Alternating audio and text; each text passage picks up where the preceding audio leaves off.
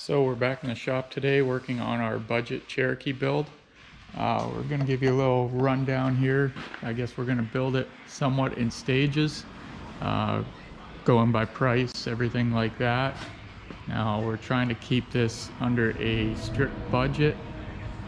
We are, we'll say a $2,000 budget right now. So we'll show you some cheap items you can do to change on here to make it a little bit better.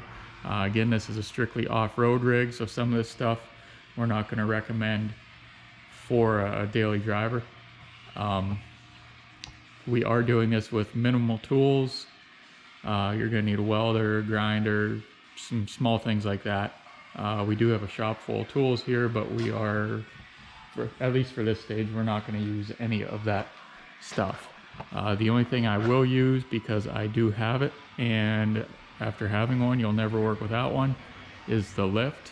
Just makes it so much easier. But all this can be done with jack stands in a driveway, in a garage, whatever. Now we did luck out on this Jeep, as when we bought it, again, we paid $1,200 for this thing. It does have a lift on it, 4 6-inch lift, something like that, not even honestly sure. Judging by the shocks, it looks to be a rough country lift in the front. Not really sure what track bar is on that. The rear is basically just a shackle lift, and what I believe to be is a Chevy Silverado leaf spring put in the leaf pack here. Again, shocks, everything on the rear. So we're not going to mess with that for right now. What we are going to do is we are going to trim these fenders. We are going to weld the rear end up. Now this is a Chrysler 8 1/4 rear end. I don't really recommend doing it with a Dana 35 if your Cherokee has one of them, just because they are kind of a problem axle, I guess, a weaker axle. Not saying you won't have issues with the 8 1/4, but it's a little bit better. We are also going to trim the fenders out, take care of the rockers, some little things like that. Nothing too crazy right now. Again, this is just simple stuff that, as long as you have access to a welder, a grinder, should be able to do fairly easily. We're also going to steal this hatch off of this Jeep because it is actually extremely nice. We're going to put this hatch on one of my other Jeeps that I daily drive, that I have had a run-in with a tree, so it currently has a blue hatch that is dented up, smashed up a little bit on there.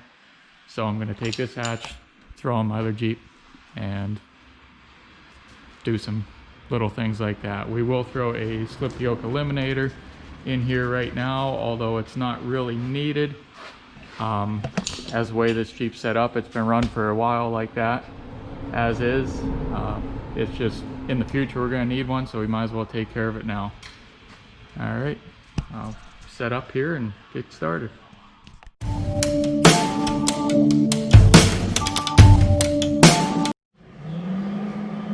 Okay, first thing we are going to do is weld up this rear end. This is up to you if you want to do this or not. If you primarily drive in the street, might not be something you want to do. Although one of my Jeeps, my Cherokee I drive all the time, actually has a welded rear in it, and it has for the past 4 or 5 years. I've never had issues. You can break axles. I never have, honestly. I don't know how I've lucked out, but I guess it's on what you have, what you do. The biggest thing with this is to make sure that you do not weld on them C-clips there. Trying to get where you can see it. The C-clips hold the axle in, so we don't want to weld that or the center pin. What we do want to do is weld real tight, lock all these gears together.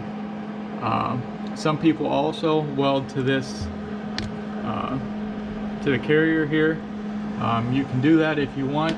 I've never really had issues with it, so I've never had to do it. But we will weld this up and get started. You do want to clean it really well. If you use a brake cleaner or something like that, you have to be careful at what you use. Some of them have some real nasty chemicals in them.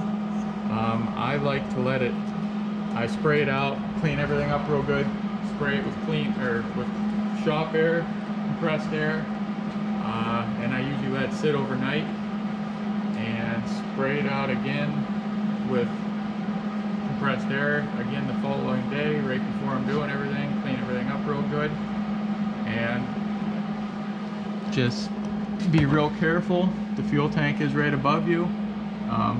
I do have a little chunk of plywood here that will be going there just to protect from any sparks or anything, but you just go through and put some tacks in here in between the teeth.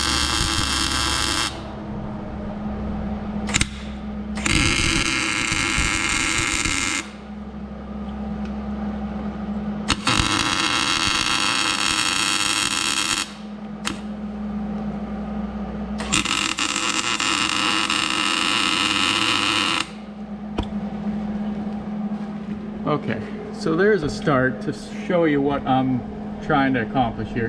Now I will go through several passes, build them up real good, lock them in real good, rotate it, do the other side. It's just the more time you take here, the better you do here, the stronger it's going to be, the longer it's going to last. Like I said, this is not for everybody. I know it's kind of a cobbled up way to do things, but we are on a budget currently on this Jeep. So I will get this all welded up. It does take a while. You gotta let it cool. These are a cast part, so they need to be heated, cooled, and you kind of got to peen them a little bit in between with a hammer. Just tap on them with a hammer. Everything you do here kind of helps longevity wise. But I will get this all welded up and show you the finished product.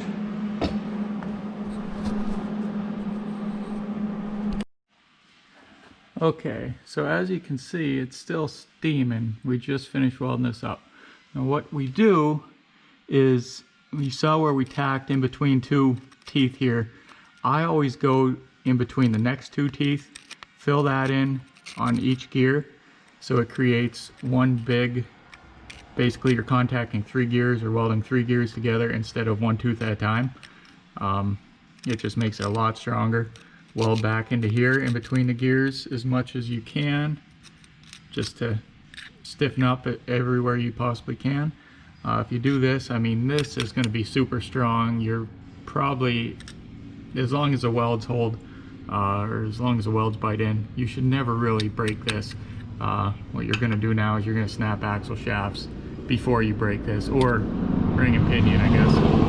Just always make sure you do not weld these clips in here. That way we can still pull the pin out and slide the axles in, pop your axles out. You can still service it this way. It's fairly simple to do. Your welds aren't going to be pretty. I don't care how good a welder you are, they're not going to look good. Just, they're strong, that's about it. Now, as you can see, there's all kinds of little slag and stuff like that in here. We will blow most of this out.